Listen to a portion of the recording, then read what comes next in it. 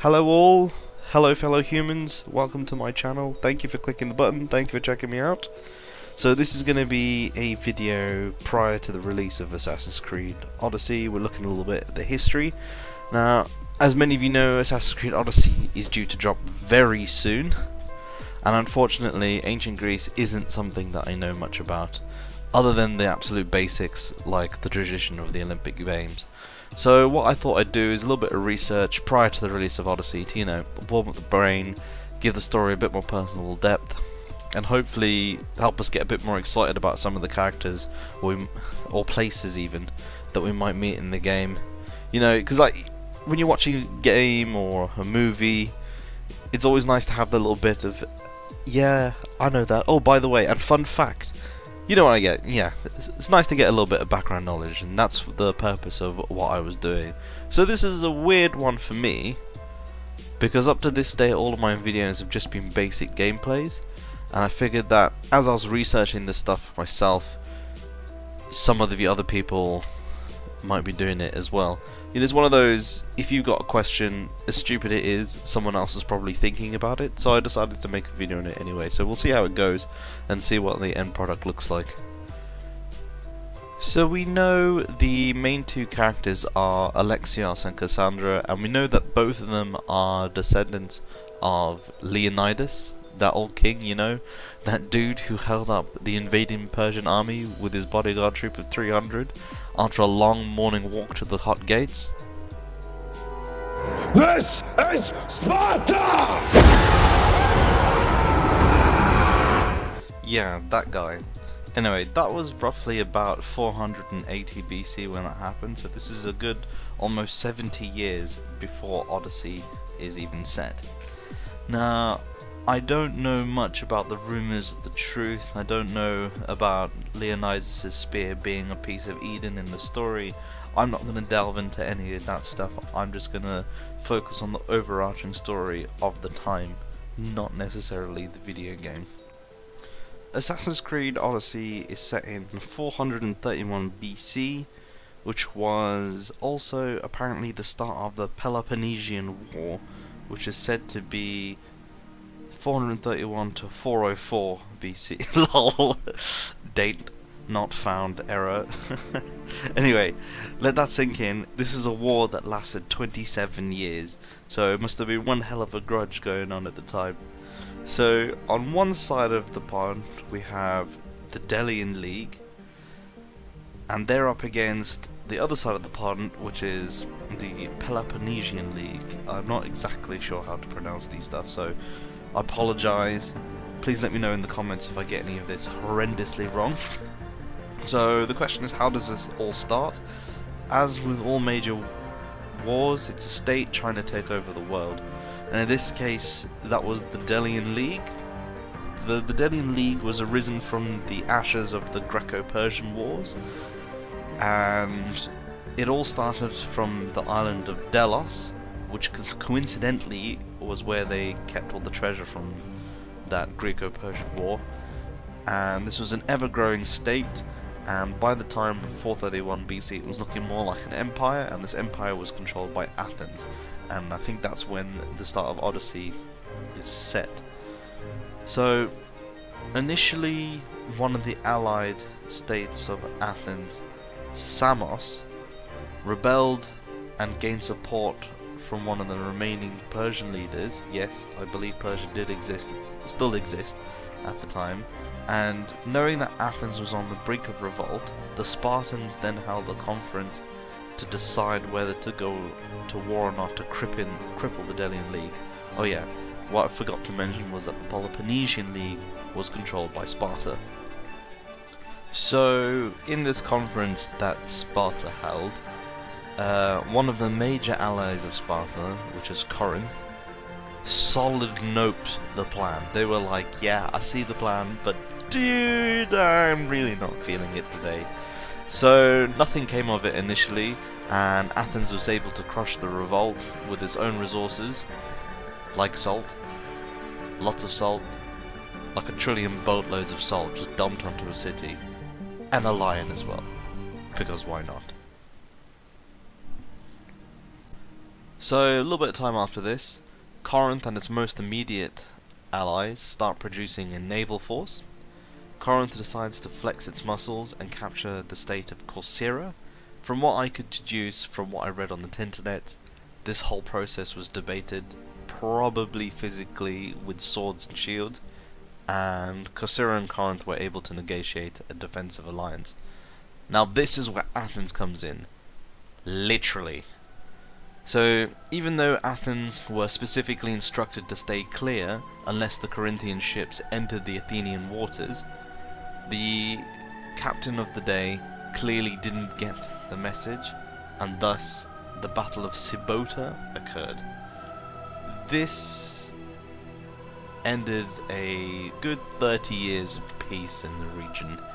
And on top of this, Athens then decided to go all Team America. I mean, World Police or CIA. You know what I mean. They decided to do some spy work. Anyway, so Athens manages to convince a state called Potidae or Potidaea. I'm sorry, guys. So this was a tributary of Corinth, so right on the edge. So they convinced them to tear down their walls, send all the prisoners of war to Athens, and to kill the magistrates. This didn't work. Instead, what ended up happening is Corinth told Potidaea, I'm going to go with that instead they would support them if they revolted against Athens, and being thy nice neighbour, they did, and Corinth lived up to its promise. So now the affairs of the Delian and the Peloponnesians were very much entwined.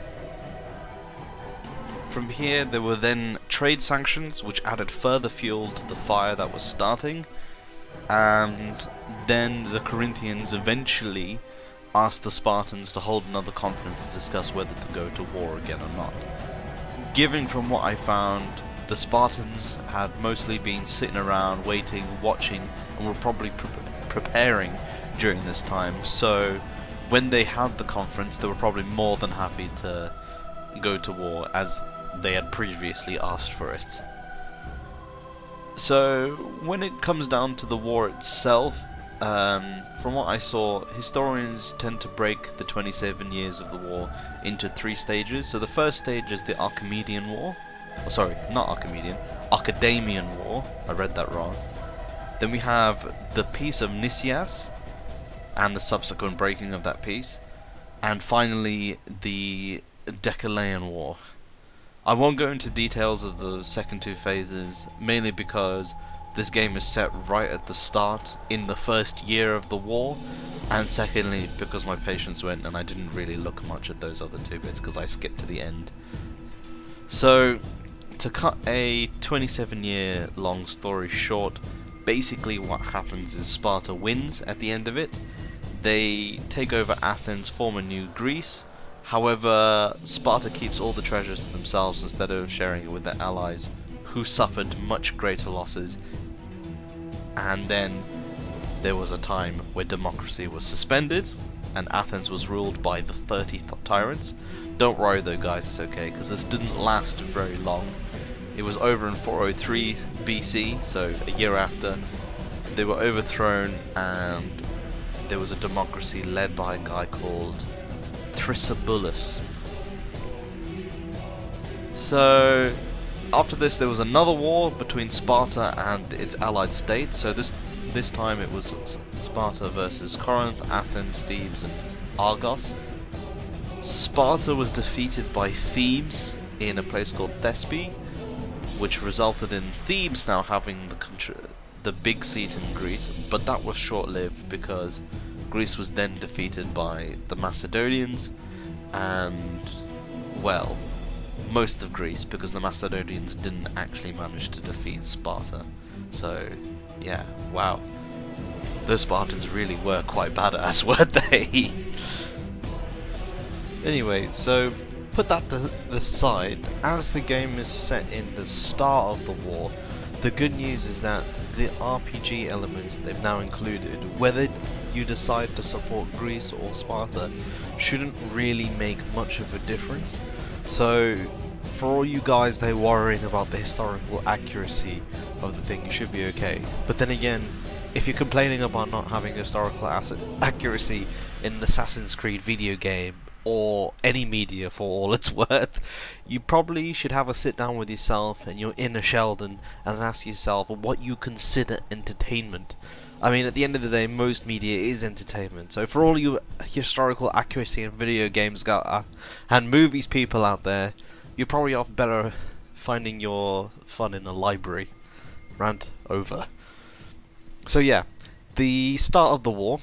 So the first phase was the first 10 years. You're looking at 431 BC when the game is set until 421 BC. So this is the bit where I may as well follow the Wikipedia page because that was probably the best summary that I could find. They call it the first phase, or also known as the Accreditation War. Called this because the king of Sparta at the time was king or leader Archidamius II. So get excited if we meet him in the game. Happy days. There was a little bit of a problem at the start of this war, however. You see, Sparta and its allies, with the exception of Corinth, were mainly land-based military powers, whereas the Athenians, being an empire spread across several peninsulas, were a bit more of a naval power at the time. So these guys kind of had a bit of difficulty fighting big battles against each other. So on the Spartan side, the strategy during the first phase was to invade the land surrounding Athens. While this invasion deprived the Athenians of the productive land around the city, the Athenians were still able to maintain access to Athens via the sea because of the lack of a naval force, and therefore they didn't suffer as much as the Spartans would have hoped for. Also, in Spartan tradition, they only ever occupied the regions that they were invading for 3 weeks at a time, because in their tradition of hoplite warfare, the soldiers were expected to go home to participate in the harvest, and many of the Spartan slaves, who were known as helots, so look out for that word in the game. The helot means that they're a Spartan slave, and you couldn't just leave them around because they're slaves, you need to supervise them. So in the end, the longest Spartan invasion lasted only 40 days. On the Athenian side, the strategy was initially guided by Strategos Pericles. So in today's world that means General Pericles, but there's a little hidden fact for you where the word strategy comes from Greek. Happy days. A little extra nugget of information you guys now know. So anyway, this guy advised the Athenians to avoid open battle with the legendary Spartan warriors and to rely instead on their navy. Big brains on this dude, eh? So the Athenian fleet, the most dominant in Greece, went on the offensive and won a victory in a place called Naupactus, so look out for that place. In 430 BC, so a year after this all started, a plague then hit Athens, and in the densely packaged city of Athens, this was probably in the long run a significant cause to why it was finally defeated in the end. But roughly between 1 and 2/3 of the Athenian population died because of this plague. In fact, it got so bad that even the foreign mercenaries refused to work for Athens, no matter how much money they could throw at them, because they were worried about catching the plague. And also the fear of catching the plague meant that the Spartan invasion was actually initially abandoned because they didn't want to get the plague. I mean, can you imagine that? Yay, we won! Oh no, we're dead too. Oh dear. So a little bit of time after this, not too long, we have the death of Pericles, and upon the death of the general, the Athenians changed this for a slightly more aggressive strategy, and they bring the war to Sparta and its allies. So during this time, there was a person called Cleon who was rising to a bit of an important role in the Athenian democracy at the time, and by his side he was heavily supported by someone called General Demosthenes. I'm sorry if I've got that wrong. Let me know in the comments if you're angry about it. So the Athenians managed some success as they continued their naval raids and stretched out their military activities. This extended into places such as, I'm sorry again, Boeotia and Aetolia. And they started fortifying posts around the Peloponnese areas. So one of these posts of particular importance was near Pyloson, I'm sorry again, and it was on a tiny island called Sphacteria. Not bacteria, Sphacteria. This is where the course in the First War kind of turned into Athens' favour. Because up until this point, they were dealing with people not wanting to work with them and a plague. So, this post of Pylos struck Sparta where it was weakest, because a lot of the Spartan efforts depended on these helots, the slaves, and they tended the fields while the citizens were able to train to become soldiers. And because of these slaves, there was a lot of word going on about a nearby post nearby in Pylos, and it started attracting runaways of the slaves. So with all the slaves running away, that's hitting the Spartans at home, really, for lack of a better way to put it. So in fear of a general revolt of all the helots, the Spartans then suddenly were driven into action. So in putting action in, they decided to go to Sphacteria, to Pylos, to battle the people, but Demosthenes, the Athenian general, managed to outmaneuver them and trapped them on the island. So all he had to do was wait for them to surrender. GG, easy win, right? But no, Demosthenes proved unable to finish off the Spartans. So once again, them Spartans were pretty badass. So instead what happened, the new boss dog, Cleon himself, in the Athenian assembly, started boasting that he could do it. And lo and behold, he actually did. And not only did he beat the Spartans in the end, he managed to capture about 300 of them. I don't know how accurate that number is. And this gave them a very big bargaining chip. So after these battles, there was a Spartan general called Brasidas, who raised an army of allies and the slaves and marched the length of Greece to an Athenian colony called Amphilopolis. I'm sorry. Anyway, this place is in Thrace, and it's where a lot of the Athenian silver mines were, and this is where the Athenian was getting their money for the war fund. So basically Sparta decided to, you know what, you're going to hit us at home, we're going to hit you at home. So this is of particular importance because there was a guy called Thucydides. Once again, I'm sorry about my pronunciation. Anyway, this guy was dispatched with the Athenians, but they arrived too late to stop Brasidas capturing Amphilopolis. And as a result of this, Thucydides was exiled for this from the Athenians.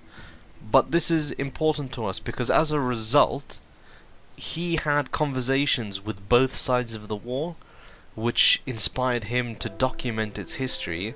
And it appears, from what I could see, because his name pops up quite a lot actually, that his is the only proper record of what actually happened during these wars. So if we meet Thucydides, do get excited about that. So both Brasidas and Cleon were killed in the Athenian efforts to retake Amphilopolis, and the Spartans and the Athenians therefore agreed to exchange hostages for the towns captured by Brasidas and sign a truce. Therefore, the second phase then started. But we're not going to delve into that, as I've mentioned before. So there are a few places and names that I've mentioned that we may come across in Assassin's Creed Odyssey, and hopefully now we have I know it's not great, but a little bit of a deeper appreciation for some of the characters we may meet. I hope they include this kind of stuff in the game, and I hope you guys also learned something as well as me. It's been fun actually looking at this stuff for me. So this video only really covered the basics of the history. Do let me know if I got anything wrong. It'd be interesting to see how much of the gods and the mythology they put into the game as well. Like I saw a clip of someone battling Medusa the other day. It'd be interesting to see if that kind of stuff is there, like the Kraken and the Golden Fleece. So I'm fairly excited to see what the developers have done with this game.